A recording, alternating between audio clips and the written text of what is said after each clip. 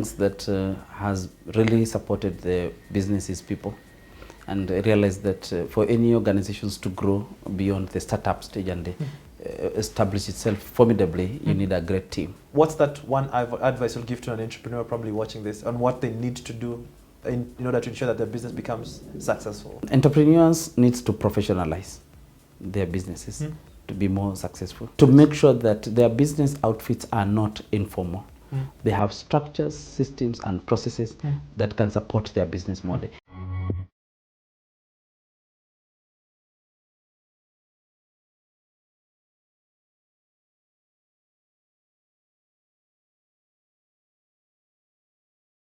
Good evening and welcome to the Late Night Business. Tonight we're going to be just continuing what exactly we left off last week with the story of Ronald Bwosi, who's a group managing partner for Ronald's LLP. Let me just create for you a small recap in terms of what exactly we had our conversation on last week, but you can also just check it out on YouTube. So Ronald was just someone who believed that he can actually create a big company. He started off in River Road in a very, very dark room that he used to pay only just 4,000 shillings. But with that particular belief, he just kept on just pushing it and eventually got a few clients who actually managed to enable the business expand. And today we just want to explore how the business is just expanding to becoming a force within the region, not only in Kenya, in Uganda, and across Africa. So Ronald, the last time we left this particular conversation, we were just trying to explore your interesting journey, whereby right now we can see you having all these particular top tier suits, but eventually you started off in River Road. And then you mentioned you got a few clients who managed to enable the business now grow. How is it now growing the business? How has it been growing the business from that point whereby you got your breakthrough? So it's been challenging, and it's been also interesting. And a very great learning experience. One of the things that has really supported the businesses people, and I realized that for any organizations to grow beyond the startup stage and establish itself formidably, you need a great team. And one of the greatest realization I had to make is just that besides being an accountant, you have to learn how to manage people and to put into place a great team that will then support the vision. So that has really supported the organization. And then the other thing that you need to, I just realized that you have to be a good marketer. So marketing skills and competencies are very critical for every entrepreneur to grow the business beyond the startup stage. So you know, as accountants, we're very timid people. We're introverted. I had to learn to speak. To do presentations and to learn even issues of the social media, digital marketing and all that. And that has really been incredible and supported me to scale up the business. And the other thing I realized that you also have to be good in tech. Most of entrepreneurs, as an entrepreneur, you can't shy away from the technology, and because technology needs to be integrated into your business, because almost every industry now is being impacted by technological trends. And for me, learning the softwares, the cloud accounting systems, the AI, how it's disrupting the accounting world and all that, and integrating it in my business has been very, very supportive in helping us to scale the company to another level. And of course, learning how to lead people. There's a difference between human resource and leadership, because leadership is trying to sell the vision to the team and to the customers and to every stakeholder that is involved in the business. And those are the things that have really contributed to our success as a firm. And in terms of over the years, because primarily in an industry whereby they have the quote-unquote big four, I was actually trained to become an accountant, but I left in between. But I remember while in university at Strathmore, the aim was to work within the big four. And here you are, you're setting up an audit firm that was called the vision is for you to become also, to now become amongst the big four. How has it been now trying to steer in this particular industry whereby the multinationals have control? That's a good question, but then, and most people also ask me that question. But I say that the big four firms, the accounting firms, they have a special role they play in the society, and they have their own customers. And we're not like trying to take customers from the big four, because if you really look at our business model, and personally I've not worked for the big four, and that helps me to have like an original thinking, because what informs our business strategy is not the big four, is the customer. Because what we realize is a lot of customers or companies that are struggling to get their business streamlined, and mostly they are not able to approach the multinational firms. So there's an uncontested market that is not covered by the big four firms. And big four, we actually complement each other with the big four, because big four give us business, we give big four business. So it's a complementary market rather than a competitive market. And the other thing is, looking at it is, the big four, because of their orientation, you cannot like try to copy them, because you see they have resources, they've been there for a long time and all that, so whatever they do, they can be able to do it better. But for us, when in our space, whatever we do, we can also do it better, because we are an indigenous farm, of course, with global affiliations, global networks, a global infrastructure, but being an indigenous farm enables us to think on behalf of the local people. So there's some industries that are very unique. If you look at like the sacco industry in this country, it's not a replica of the cooperative movement in the UK or whatever. So it's a very unique model that requires localized thinking to be able to serve them more effectively. If you look at the local entrepreneurs and all that, their thinking and all that, their orientation, they need a local person with global exposure to help them to be able to expand and grow their business. So I believe that for us, we want to be a big organization in our own unique ways, rather than having a copy and paste mindset. And you see, this is a bigger problem for entrepreneurs. Entrepreneurs, that's why most people say, oh, you should have experience in this big four so that you can go and start a farm. And you see, that's why most people, when they leave the big organization, they copy the ideas and so go to doing it in a small way. And you see, there's a very big difference working in the corporate and doing a startup. Because when there's a startup, there's a different set of skills, thinking that is needed in order to scale the business, which it cannot happen in a global, because when you're running a global farm, you have everything at your disposal. So it's not a copy and paste or a replica of the big four, but we are unique in our own way, and our competition is to give services, good service to our clients. And how's it been scaling? Because someone from River Road, right now you guys own your own property, starting up single-handedly, now having more than 10 partners, having more than 150 employees. What are the lessons probably you can share also with the audience in terms of now scaling a business? So in terms of scalability, one of the things that I have promised myself, and some of the things that we discuss as a team, there's no glory in being small. No, there's none. There's no glory in being small. And I know there are those entrepreneurs who like managing some small boutique practices. But for me, I think that's very limiting, because there are things you can't do if you are small. Because at the startup stage, there are things that we couldn't afford. There's some expertise you need in board. Like, for instance, the IT. You cannot get IT if you're not a large company, because the economies of scale will not allow.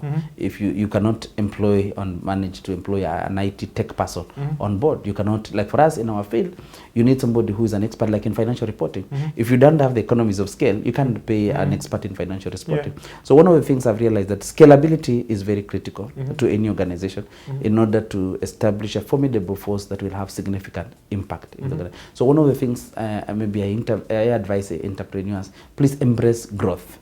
But again, I realize that growth without the pillars of growth is like a building built on a very weak foundation. It can crumble anytime. And the pillars of growth is now systems, structures, and processes, professionalizing the business. That's a very critical issue, making sure that the systems, structures, and processes are strong, are firm, and all that. And then the other issue is people, because when you talk about people, it's succession planning. Who do you want to take over the business? Mentorship. So business entrepreneurship is just beyond making money. It's also trying to have a generational impact. And that will be done very well if you mentor people, so that you will be able to replace yourself. Because the tragedy with the African entrepreneurs, they start companies, but then we become captives of our own business, because we've actually not taken up the challenge to try to mentor the next generation of leaders that will take over. And in this country, we have some very good corporate companies that started up as family business, as one-man show, but now they have scaled up to be public entities that have a very good impact, employing so many people, and they won't just go down because the founder is no longer participating in the business. And how do you ensure that now you can, what's it called, what's it called? You've talked about systems and also just ensuring that you mentor. But how do you ensure, or maybe you can just take to us in terms of how your transition, not just build of moving from just being a one-man business to being a business whereby you have also other leaders within the business, other particular partners within the business. How was that? How did you maneuver that particular, what's it called, transition? So one of the things I normally say, this is the difference between a small company and a big company. As a small company, I used to tell staff members that if you are average and below average, you can work very well in big companies. But for small companies, you need very smart people. Actually, the smartest of all, because you need people to make decisions, because there are no systems. When you're starting a company, you're building on your feet. You're building on your feet. There are no systems, there are no processes, there are no structure, there are no procedures and forms. You have to like almost rethink everything. So the tragedy with a small company, you need very smart people. Very smart people. So what we did in the farm is get on board very smart people from school, the smartest of all, because we are in the professional practice. Professional practice, people who are consultants have to be the smartest of all. And then number two, develop these people. Make sure that you build the capacity. You make sure that they are very, very competent in whatever they do. And then assign them responsibilities. And of course, then take care of them in terms of reward. And just make sure that there's an element of trust. They can trust you. And that is what has helped me, because most of the people, most of the staff now that have grown to partnership, actually they came from school. They came from, were in their very career formative stages before they joined the practice. So they've grown the ladder up to now. They become the business leaders now and the partners. And these are the people now who will be able to run the farm, even if for me, the founder, I have to now exit the practice. So primarily the business has been built of, what's it called, supporting small businesses and local businesses to become professionalized. And that's one of the biggest issues that you're having for most businesses, aspect of compliance. What are some of the compliance elements that any small business that's starting out needs to be aware of and need to build on, or maybe just ensure that they're actually being compliant from the get-go? And thank you. One of the things I normally talk to businesses and small businesses on our continent is that compliant is here to stay. If you don't want to comply, you rather don't grow or don't be in business. And the next age, the competitive age, will be derived from compliance. Compliance organization are futuristic, especially look at the trends in the compliance world today. Like we come to KRA, there is e-teams. And there's iTax. Today, if you go to Uganda, there's IFRIS. If you go to Rwanda, they are very perfectly integrated. Their businesses with the revenue collection system.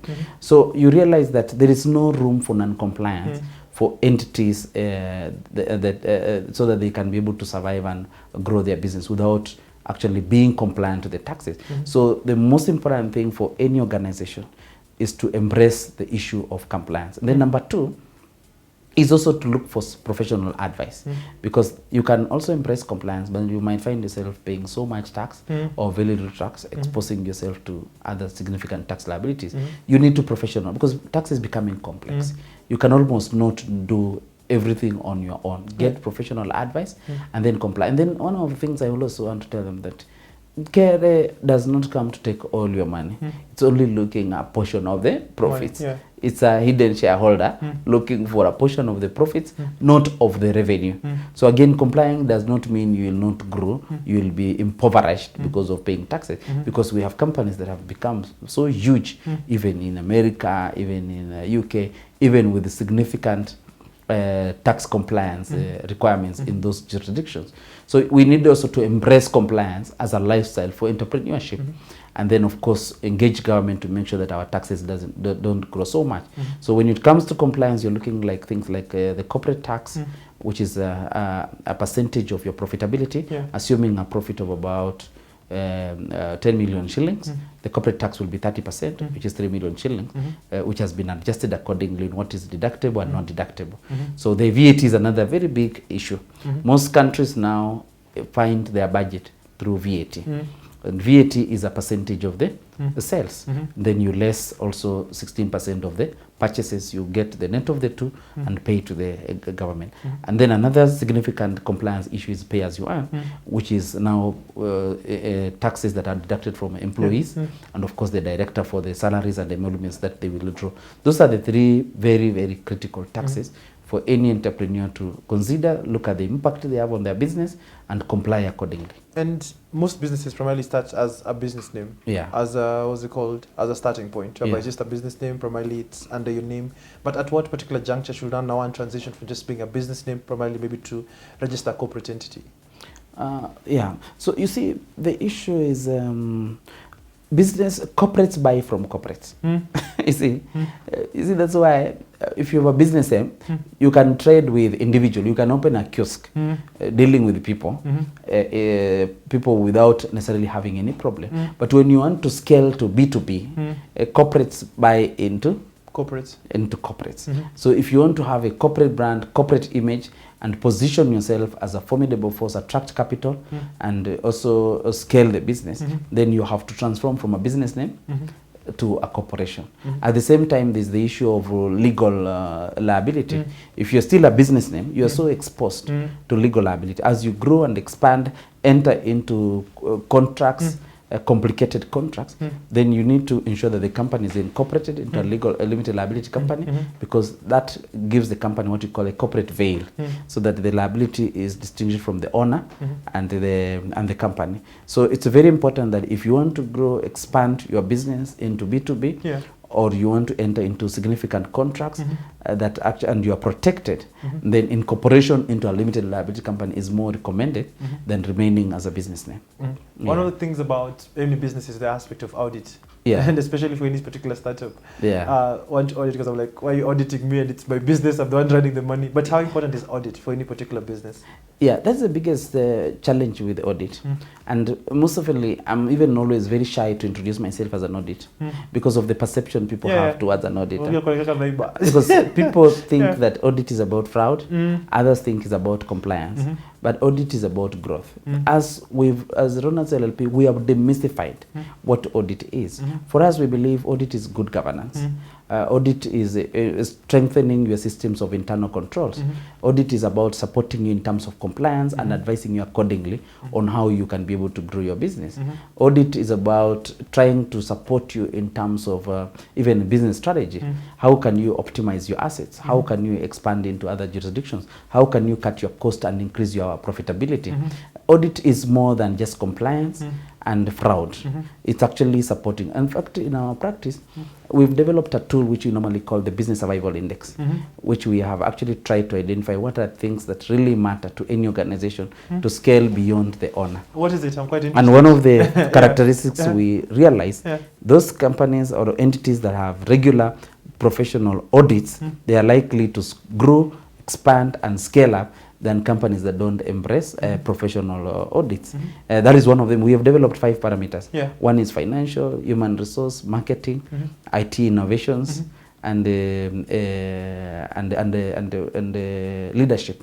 So there are 5 key elements that inform a company that will be able to scale to the next level. So every time new entities can come, we can do for them a free health check and determine where are they in terms of business survival. And in fact, from the 5 indicators that you've talked about, which one is the most critical in terms of them both? They are balanced.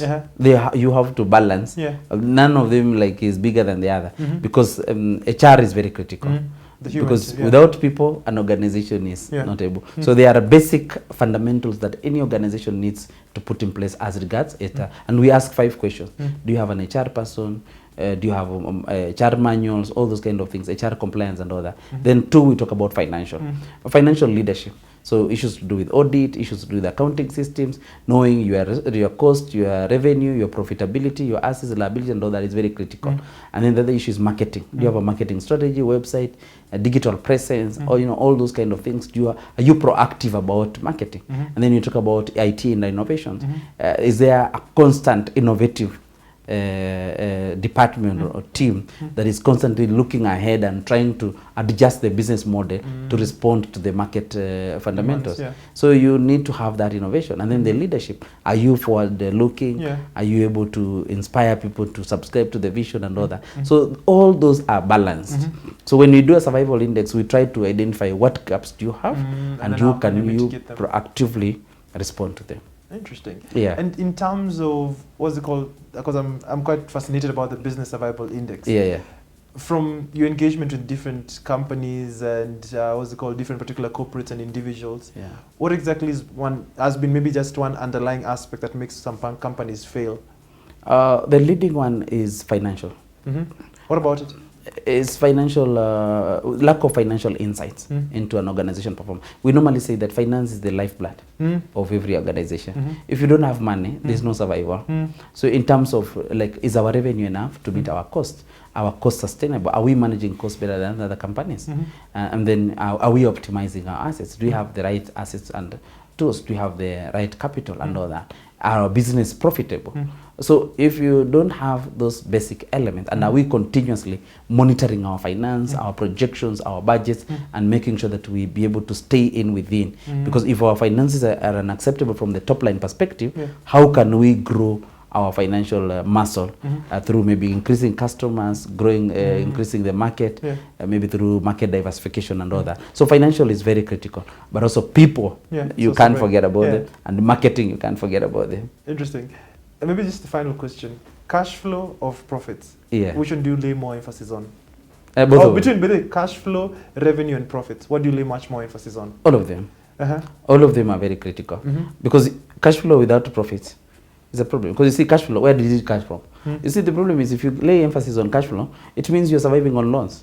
You can get a big loan, you have cash flow, but you don't have revenues to match that, or profitability. So profitability must be, there must be a trade-off between cash flow and profitability. So you must make profits, and then because if you make profits without cash flow, it means you are not collecting from your customers. It means your revenue recognition is on things that are not very critical to the company. So mostly if you make profits, you must make sure that you have collected the money and you've banked. So you need revenue, profitability, and cash flow to have a very sustainable business. From your years of experience doing audit, what's it called, doing accounting, giving out professional advice, what's that one advice you'll give to an entrepreneur probably watching this on what they need to do in order to ensure that their business becomes successful? Entrepreneurs need to professionalize their businesses to be more successful. To professionalize, what do you mean? Contextualize. To make sure that their business outfits are not informal. They have structures, systems, and processes that can support their business model. It's one thing to have a business idea. It's another for that business to be really a credible business entity. And that professionalization will achieve growth, will achieve sustainability. It will be able to achieve the impact that it's actually meant to achieve. Professionalization is very critical. And I'm saying that because most of entrepreneurs, in their DNA, professionalism is not in their language. Because professionalism is synonymous with the corporates. But that's what kills entrepreneurship. Because if you don't professional, because most corporates, they understand, you know, but entrepreneurial organizations, they don't appreciate professionalization. Wow. Interesting. Wow, quite a number of insights from this particular conversation. Hope you've learned quite a lot. I've actually learned quite a lot. And the biggest key takeout is just how do you professionalize your business? And you need to professionalize your business to ensure that your business not only becomes sustainable, but also profitable. Thanks so much, Ronald, for having come to the show. I've enjoyed this conversation. I think we should have Ronald more and more and more. There's so many questions for entrepreneurs out there to answer. As always, we're coming to you from the Capital Club, the place you need to be as an entrepreneur. And if you're an entrepreneur out there and you want to be a part of this particular club, please join in. Also, 2 of my books, Food for Thought and Business Conquest, are actually out there. Go grab yourself a copy. My name is Ian Dennis, and this has been the Late Night Business. Until next time, I'll see you right here on KTN.